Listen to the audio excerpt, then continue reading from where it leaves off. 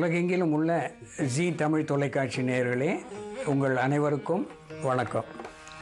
இந்த ஒளிமயமான எதிர்காலம் நிகழ்ச்சியிலே உன்னதமான மருத்துவ ஜோதிடம் பகுதியிலே உங்களை மீண்டும் சந்திப்பதில் பெருமகிழ்ச்சி அடைகின்றேன்.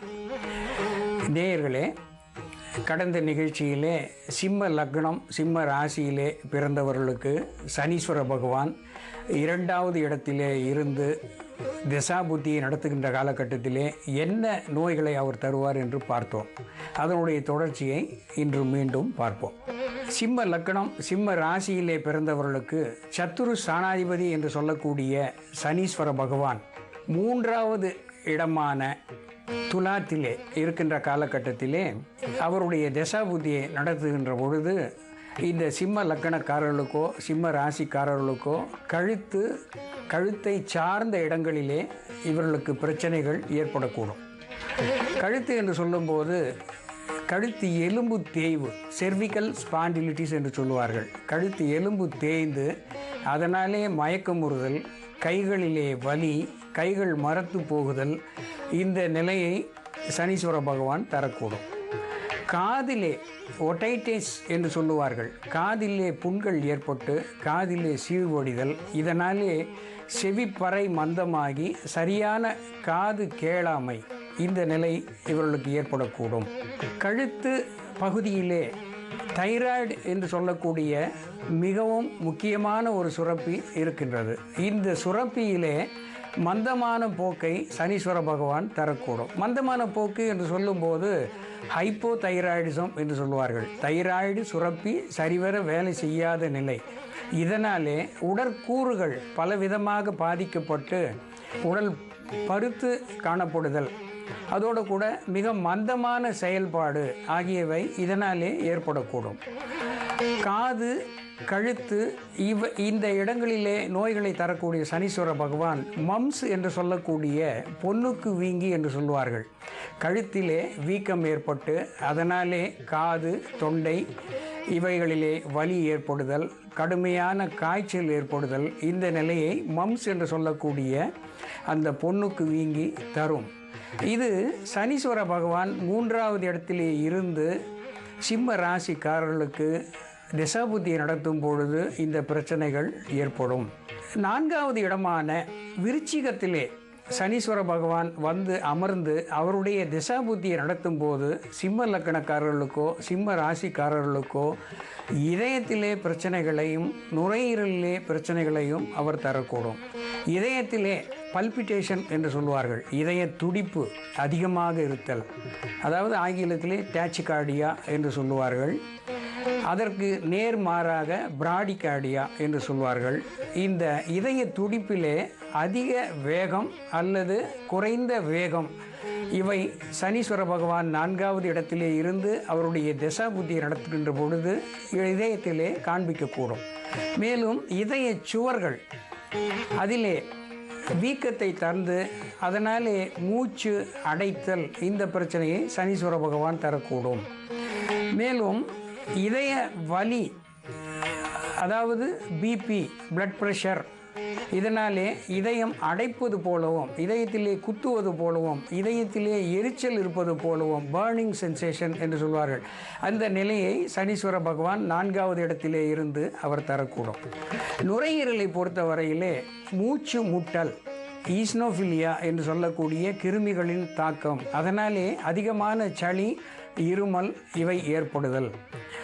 பெர்சிஸ்டன்ட் காஃப் என்று சொல்வார்கள். இடைவிடாமல் இரும்புதல், இந்த நிலையை சனீஸ்வர பகவான் நுரையீரலிலே ஏற்படுத்தக்கூடும். மேலும் ஆஸ்துமா என்று சொல்லக்கூடிய மூச்சு வாங்குதல், பெருமூச்சு வாங்குதல், மூச்சு இறைத்தல், இரவிலே படுக்கும் பொழுது மரத்தை அறுப்பது போன்ற ஒரு சத்தத்தை அந்த அறை முழுவதும் எழுப்புதல், இது அந்த ஆஸ்மாவினுடைய தாக்கமாகும். மேலும் இவர்களுக்கு மூச்சு இழுப்பதற்கு சுலபமாக இருந்தாலும் வெளியே விடுவதற்கு மிகவும் கடினமாக காணப்படும். இந்த ஆஸ்துமா என்பது ஒரு கடுமையான நோயாகும். இந்த சத்துரு ஸ்தானாதிபதியான சனீஸ்வர பகவான் விருச்சிகத்திலே அமர்ந்து அவருடைய தசாபுத்தியை நடத்தும் பொழுது சிம்ம லக்னம் சிம்ம ராசிக்காரர்களுக்கு இந்த ஆஸ்துமாவை தரக்கூடும். இது ஒரு அலர்ஜி என்ற வகுப்பிலே வந்து சேரும். ஆகையினாலே இதற்கு சரியான மருத்துவத்தை ஆங்கில மருத்துவத்திலேயோ சித்த மருத்துவத்திலேயோ அல்ல அது மற்ற பிரிவுகளிலேயோ காண்பது அரிதாகும். எனவே சனீஸ்வர பகவானுக்கு பரிகாரம் செய்வது இதற்கு மிகச்சிறந்த மருந்தாக அமையும். மேலும் நுரையீரலை பொறுத்த வரையிலே வீக்கம், நீர் ஏறிக்கொண்டு அதனாலே ஜுரம், இந்த பிரச்சனைகளை தருவது ஏற்படும். அதாவது டிராப்சி என்று சொல்லுவார்கள், பல்மனரி டிராப்சி, பல்மனரி ஒடிமா என்று ஆங்கிலத்திலே சொல்வார்கள். இந்த நிலையை 4வது இடத்திலே இருக்கின்ற சனீஸ்வர பகவான் சிம்ம லக்னம் சிம்ம ராசிக்கு தரக்கூடும்.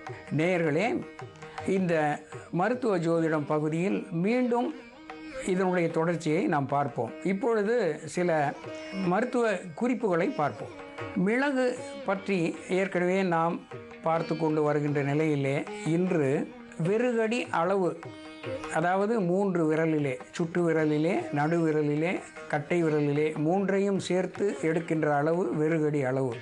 அந்த அளவு மிளகு தூளை தேனோடு சேர்த்து குழைத்து சாப்பிடுகின்ற காலகட்டத்திலே சோம்பல் விலகும், சுறுசுறுப்பு ஏற்படும், மந்தமான செரிமானம் போகும், இவர்களுக்கு ஞாபக சக்தி பெருகும். இதை பள்ளி மாணவர்கள் ஞாபகத்திலே வைத்து கடைபிடிப்பார்களேயானால் அவர்களுக்கு நல்ல கல்வி கூடும். இது ஞாபக சக்தியை பெருக்குவதனாலே இதை தினமும் காலை மாலை 2 வேளையும் தேனை மிளகு தூளோடு சேர்த்து குழைத்து சாப்பிடுவதை ஞாபகத்தில் வைத்து கொள்ள வேண்டும் என்று கேட்டுக்கொள்கின்றேன். சிறிது மிளகு, ஓமம், உப்பு இவை 3ஐயும் வாயில் இட்டு, அதாவது ஒரு 5-6 மிளகு, ஒரு துளி உப்பு, சிறிது ஓமம், இது 3ஐயும் வாயில் இட்டு மென்று அதனுடைய சாற்றை விழுங்குகின்ற காலகட்டத்திலே தொண்டை வலி, தொண்டை அடைப்பு, தொண்டை கரகரப்பு ஆகிய நோய்கள் போகும். தொண்டை வலி வெகு சீக்கிரமாக குறையும்.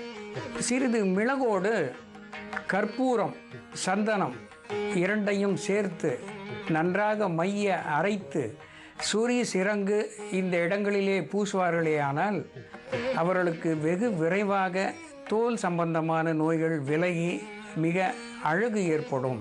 இந்த வகையிலே மிளகை நீங்கள் தினமும் உபயோகிக்கும் பட்சத்திலே உங்களுக்கு ஆரோக்கியம் கூடும் என ஞாபகப்படுத்தி மீண்டும் உங்களை அடுத்த நிகழ்ச்சியிலே சந்திக்கின்ற வரையில் விடைபெறுகின்றேன். நன்றி, வணக்கம்.